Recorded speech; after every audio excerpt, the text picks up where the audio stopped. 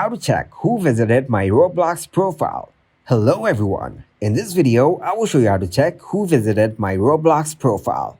First of all, open up the web browser, then search here roblox.com. Once you get into Roblox, click to continue in browser. Now tap on three dots from the top right corner and go into desktop site. After getting into the desktop site, click on menu from the top left corner and click on friends. You can see your friends from here. Also, you can see following, followers, and requests from here as well.